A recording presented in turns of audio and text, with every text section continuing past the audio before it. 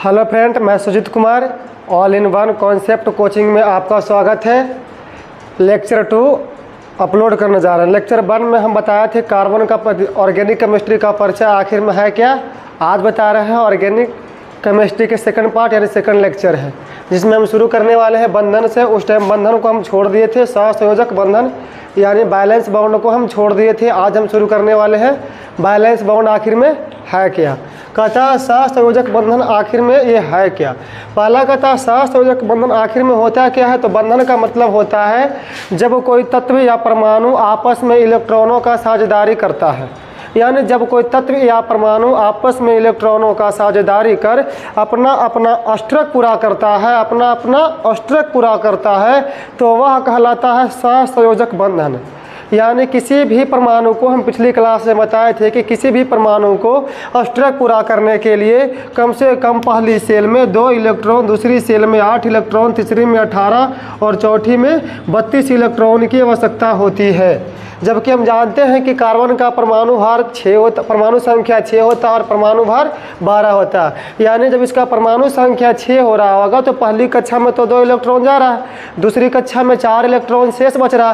तो 4 इलेक्ट्रॉन शेष बचने का मतलब है कि इसके पास 4 गो बॉन्ड यानी 4 गो कोई तत्व जुड़ेगा, चाहे सिंगल बॉन्ड से, अगर डबल बॉन्ड से जुड़ रहा तो कुछ अलग तत्व की संख्या घटेगी। यानी जब बंधन की संख्या बढ़ेगा तो तत्व की संख्या भी बढ़ेगी, और जब तत्व की संख्या घटेगी तो बंधन, जब तत्व की संख्या घटेगी तो बंधन की संख्या भी घटेगी। कहता सहसंयोजक बंधन हम बताएं, इसका डिफिनेशन फिलहाल वर्तमान में बताएं कि जब कोई तत्व या परमाणु अपना अष्टक पूरा करने के लिए जितने इलेक्ट्रॉनों की आपसे साझेदारी करता है वह क्या कहलाता है, सहसंयोजक बंधन कहलाता है। सहसंयोजक बंधन 3 प्रकार के होते हैं। एकल बंधन, दूसरा है द्विबंधन, यानी पहला है एकल बंधन और दूसरा है द्विबंधन और तीसरा है त्रिबंधन। यानी पहला एकल बंधन को सिंगल बॉन्ड कहते हैं, द्विबंधन डबल बॉन्ड, त्रिबंधन ट्रिपल बॉन्ड। पहला कहता है कि एकल बंधन आखिर में है क्या। कहता है एकल बंधन का चिन्ह होता है यानी एक लाइन, प्यार से इसको हम पत्रकी बोल सकते हैं, यानी एक लाइन। जब एक लाइन दिखाई दे दे तो होता है एक बॉन्ड होता है। आगे बढ़ते हैं, इसका परिभाषा आखिर क्या कहता है। कहता है जब कोई तत्व एक एक इलेक्ट्रॉन, यानी जब कोई तत्व एक एक इलेक्ट्रॉन का आदान प्रदान कर अपना अष्टक पूरा करता है, यानी जब कोई तत्व एक एक इलेक्ट्रॉन का आदान प्रदान कर अपना अष्टक पूरा करता है तो वह एकल बंधन यानी सिंगल बॉन्ड कहलाता है। यानी किसी परमाणु को या किसी तत्व को जब एक एक इलेक्ट्रॉन की आवश्यकता होती है तो वह सिंगल बॉन्ड का निर्माण करता है। जैसे CH3 है, CH3 है, CH3 है, CH3। हम जानते हैं कि एक कार्बन में कम से कम 4 हाइड्रोजन जुड़ता है। यानी एक कार्बन में जब 4 हाइड्रोजन जुड़ता है तो इसके पास एक कार्बन में 3 ही हाइड्रोजन की संख्या है, हाइड्रोजन की संख्या घट रही है, यानी इसके पास बंधन की संख्या घट रही है। तो CH3 आपस में, यानी एक कार्बन में 4 हाइड्रोजन होता है, एक अपनी वाली 3 पड़ोस वाली, ठीक से, यानी एक अपने वाले जुड़ा हुआ है और प्रत्येक हाइड्रोजन सिंगल बॉन्ड के माध्यम से जुड़ा होता है, जो कि यहाँ पे जुड़ा गया है। यानी CH3 है, सिंगल बॉन्ड है, सिंगल बॉन्ड है, सिंगल बॉन्ड है, सबके बीच में सिंगल बॉन्ड है कार्बन के बीच में। यहाँ पे बच गया, इसके पास 1 इलेक्ट्रॉन की कमी है, यानी 1 इलेक्ट्रॉन की कमी है। तो 1 इलेक्ट्रॉन की कमी को पूरा करने के लिए यह कार्बन 1 इलेक्ट्रॉन इससे और 1 इलेक्ट्रॉन इससे, दोनों आपस में क्या करता है, बैलेंस करता है। यानी यहाँ पे 1 हाइड्रोजन आता है और यहाँ पे 1 हाइड्रोजन आता है। जब दोनों के पास एक एक H की उपस्थिति हो जाती है तो क्या बनाता है, आपस में सिंगल बॉन्ड बनाता है। यानी सिंगल बॉन्ड कहने का अर्थ ही होता है जब किसी भी तत्व या परमाणु में एक बॉन्ड जुड़ रहा है, इसका मतलब उसके साथ एक हाइड्रोजन जुड़ रहा है। यदि डबल बॉन्ड जुड़ रहा है तो 2 हाइड्रोजन जुड़ रहा है, यदि ट्रिपल बॉन्ड जुड़ रहा है तो 3 हाइड्रोजन जुड़ रहा है। तो यहाँ पे एक एक यानी 1 बॉन्ड जुड़ रहा है, यानी 1 इलेक्ट्रॉन की कमी हुई, इसलिए यहाँ पे क्या लगा, सिंगल बॉन्ड लगा। तो CH3 सिंगल बॉन्ड CH3। अगला कहता है कि द्विबंधन आखिर है क्या। द्विबंधन में कहता है कि जब कोई तत्व दो दो इलेक्ट्रॉन का आदान प्रदान करता है, यानी जब कोई तत्व अष्टक पूरा करने के लिए दो दो इलेक्ट्रॉन का आदान प्रदान करता है तो वह द्विबंधन कहलाता है। यानी इसमें परिभाषा हम लिखे हैं कि जब कोई तत्व दो दो इलेक्ट्रॉन का आदान प्रदान कर, यानी दो दो इलेक्ट्रॉन का आदान प्रदान कर अपना अपना अष्टक पूरा करता है। बिल्कुल वस्तु विनिमय प्रणाली की तरह यह बात करता है कि अष्टक पूरा करने के लिए आपसी में क्या करता है, यह आपस में लेन देन की क्रिया करता है, यानी अपना इलेक्ट्रॉन को उसे देता है और उसका इलेक्ट्रॉन खुद को ग्रहण करता है और दोनों आपस में ग्रहण कर अपना अपना क्या करता है, अष्टक पूरा करता है। यानी जब कोई तत्व दो दो इलेक्ट्रॉन का आदान प्रदान कर अपना अष्टक पूरा करता है तो वह द्विबंधन कहलाता है। जैसे CH2 यानी CH2 है और CH2 है, यानी CH2 हम जानते हैं कि एक कार्बन में कम से कम हाइड्रोजन की संख्या 4 होती है, लेकिन इसके पास 2 है, यानी इसके पास 2 और इसके पास भी 2 है, यानी CH2 दोनों के पास दो दो हाइड्रोजन है, लेकिन हम जानते हैं कि एक कार्बन में कम से कम हाइड्रोजन की संख्या 4 होती है। ट्रिक सेम रहेगा, यानी एक कार्बन में 4 हाइड्रोजन की संख्या होती है, पहले एक अपनी वाली 3 पड़ोस वाली, यानी एक सामने और 3 अगल बगल, यानी और प्रत्येक हाइड्रोजन सिंगल बॉन्ड के माध्यम से जुड़ा हुआ रहेगा। प्रत्येक हाइड्रोजन सिंगल बॉन्ड के माध्यम से जुड़ा रहेगा। अगर लक बाई चांस भुलाते हैं कि एक कार्बन में कितना हाइड्रोजन जुड़ सकता है तो एक बात याद रखना कि एक कार्बन की 4 घर वाले, यानी एक सामने वाली और 3 पड़ोस वाले, और सबके सब सिंगल बॉन्ड के माध्यम से जुड़ा रहेगा, सबके सब सिंगल बॉन्ड के माध्यम से जुड़ा रहेगा।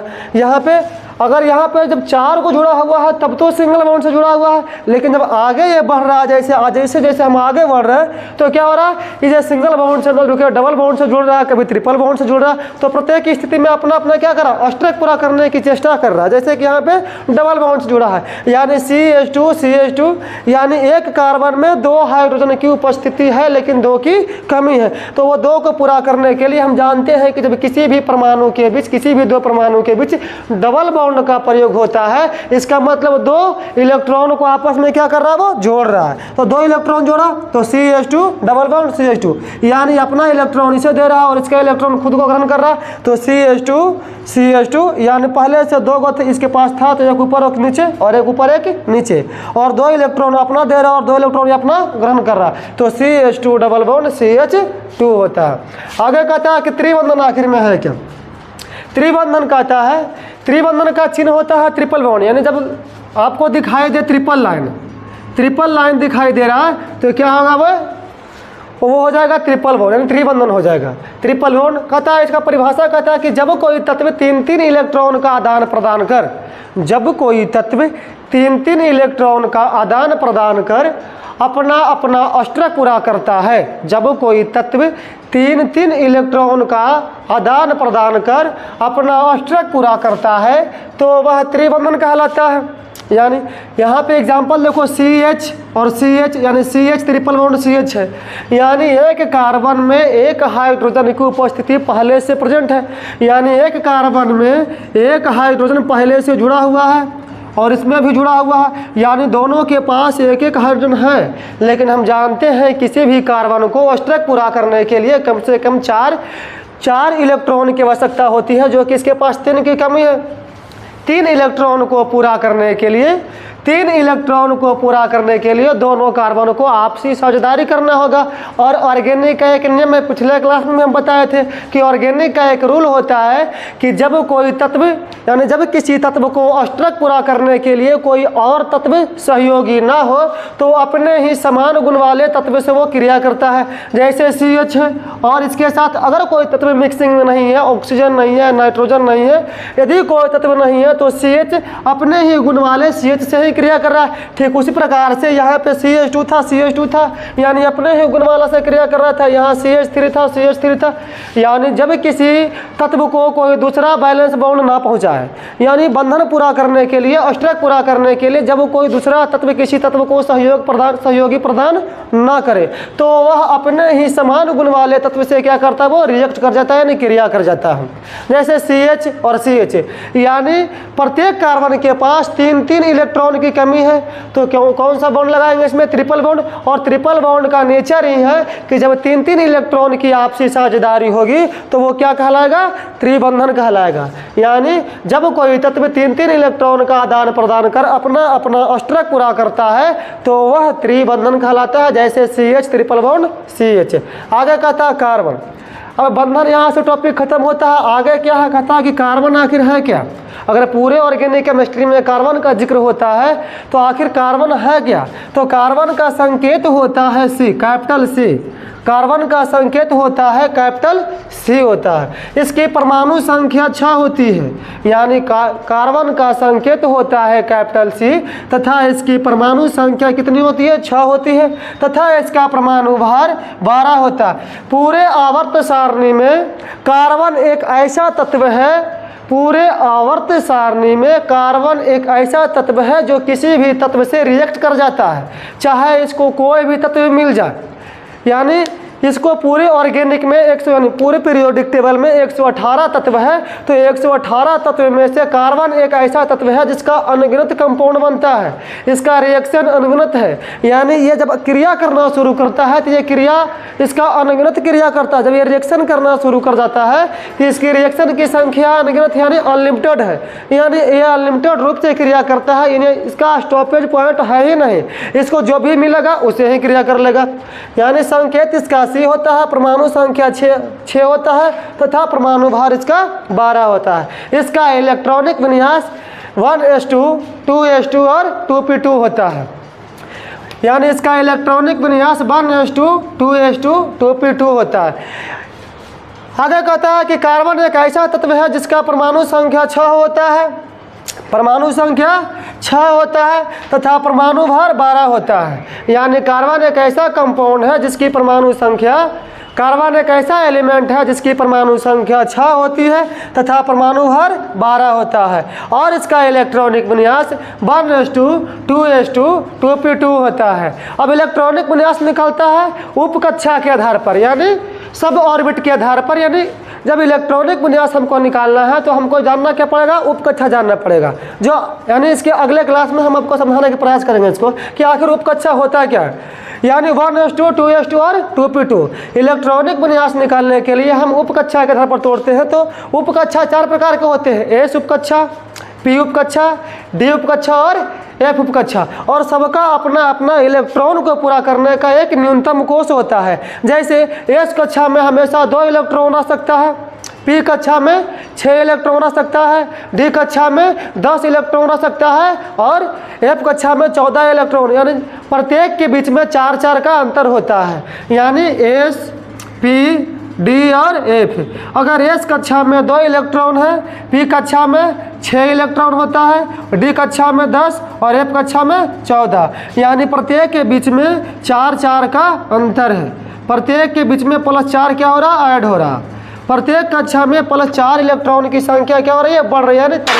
प्रत्येक कक्षा में +4 इलेक्ट्रॉन की संख्या लगातार बढ़ रही है। यानी कार्बन एक ऐसा तत्व है जिसकी परमाणु संख्या 6 होता है तथा परमाणु भार 12 और इसका इलेक्ट्रॉनिक विन्यास 1s2, 2s2 और 2p2 होता है। कार्बन की 2 अवस्थाएं होती है, पहला संयुक्त अवस्था और दूसरा मुक्त अवस्था। संयुक्त अवस्था का कहता है कि जब कार्बन की मात्रा सजीवों में पाई जाती है, यानी जब कार्बन की मात्रा हमको जो कार्बन की मात्रा हमको सजीवों से प्राप्त हो रही है वह कार्बन हमें संयुक्त अवस्था कहलाता है। यानी जो कार्बन की मात्रा सजीव प्राणी से प्राप्त हो रही है वह कार्बन संयुक्त अवस्था कहलाती है तथा जो कार्बन हमें निर्जीव से प्राप्त हो रही है वह कार्बन क्या कहलाता है?